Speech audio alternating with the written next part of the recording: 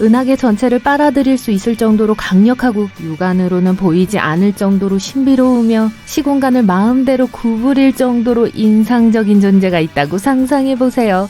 네, 저희 어머니예요. 농담입니다.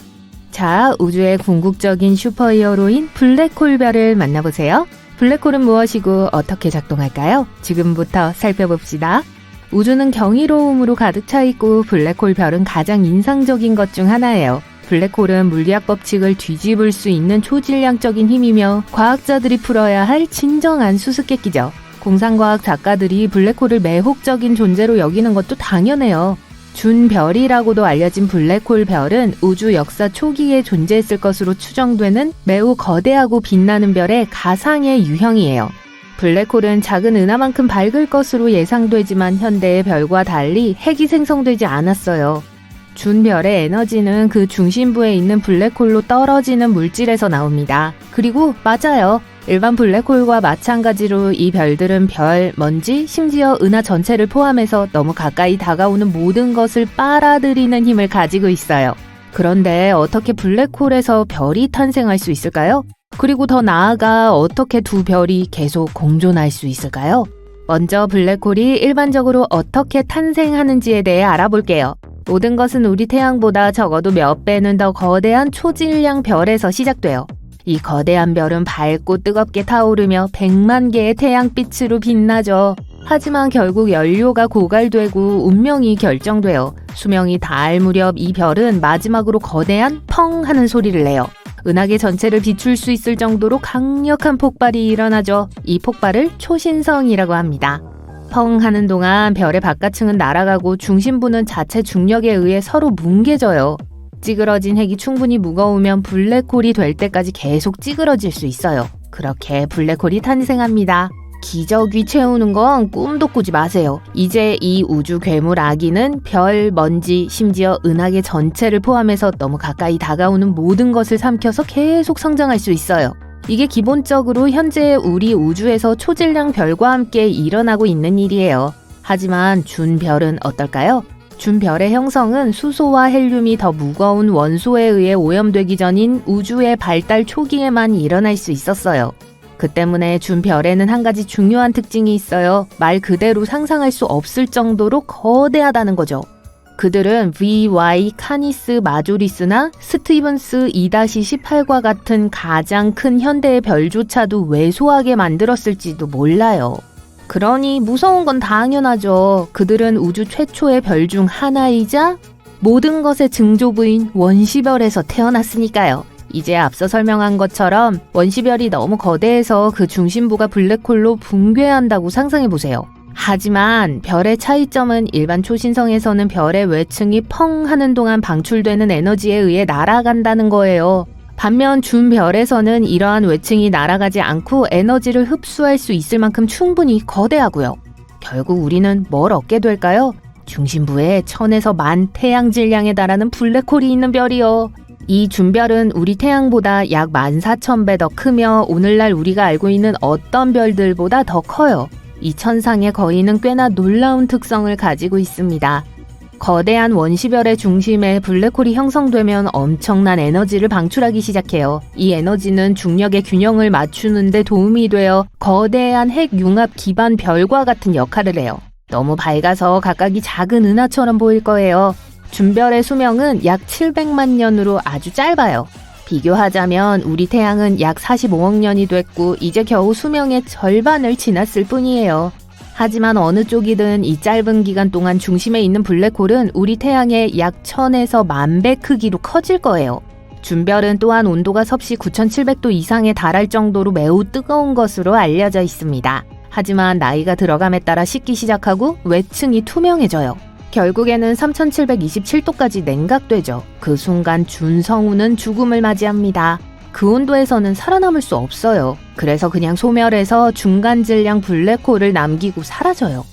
안타깝게도 현재로서는 준별의 존재에 대한 관측 증거가 없어요. 준별은 아주 오래전에만 존재한 것으로 생각되기 때문이에요. 그것들은 매우 드물고 발견하기 어려운 아주 거대한 제3그룹 별이었을 수 있어요.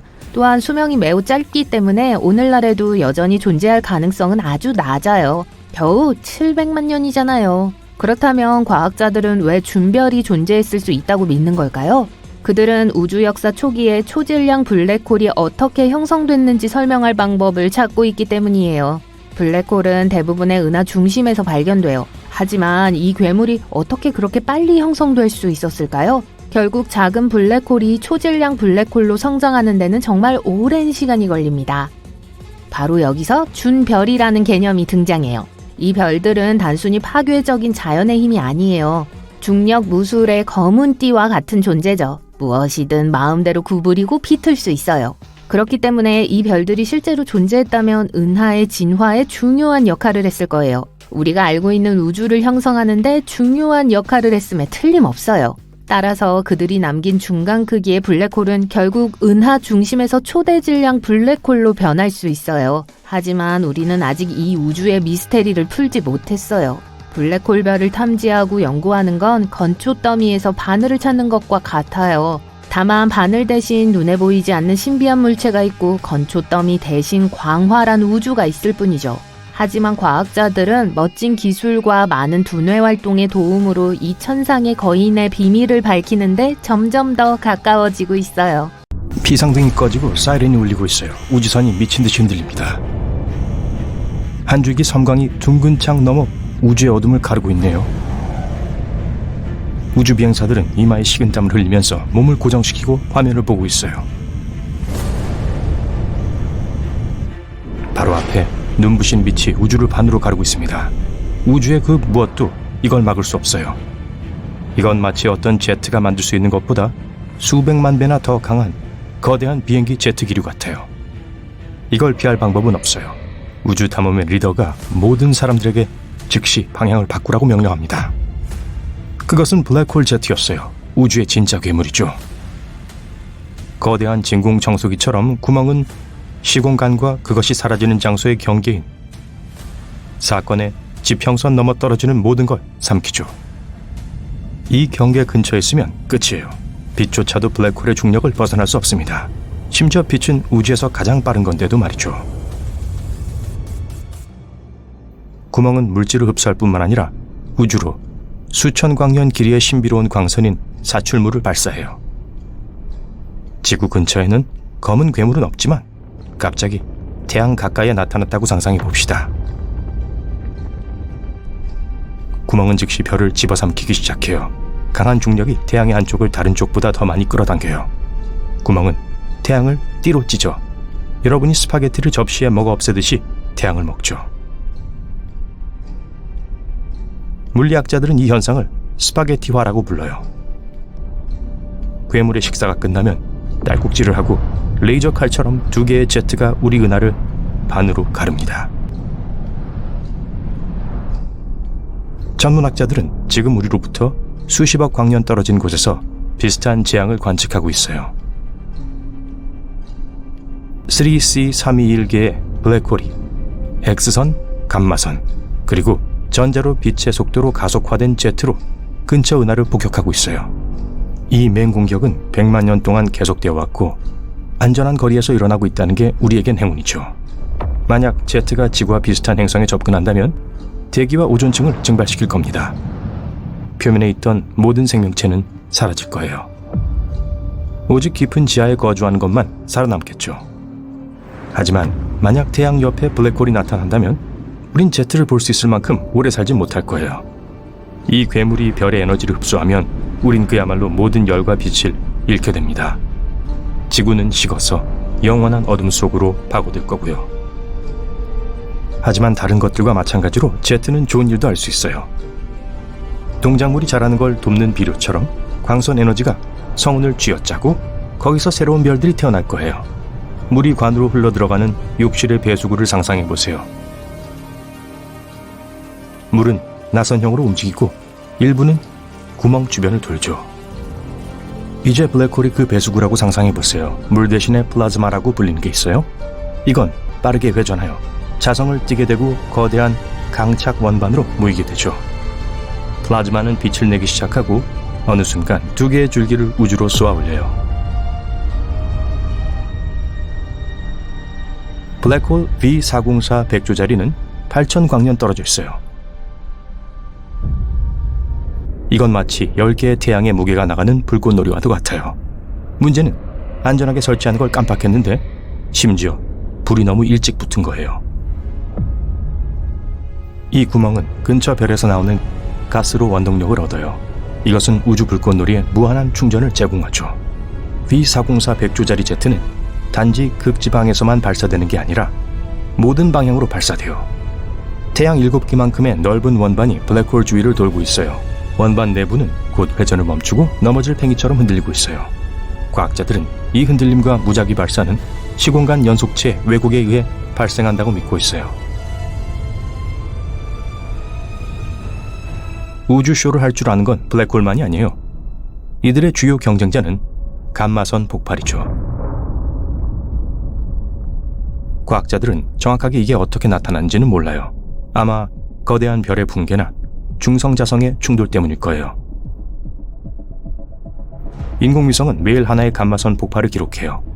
하지만 우주에는 같은 기간 동안 적어도 500개가 발생하고 있어요.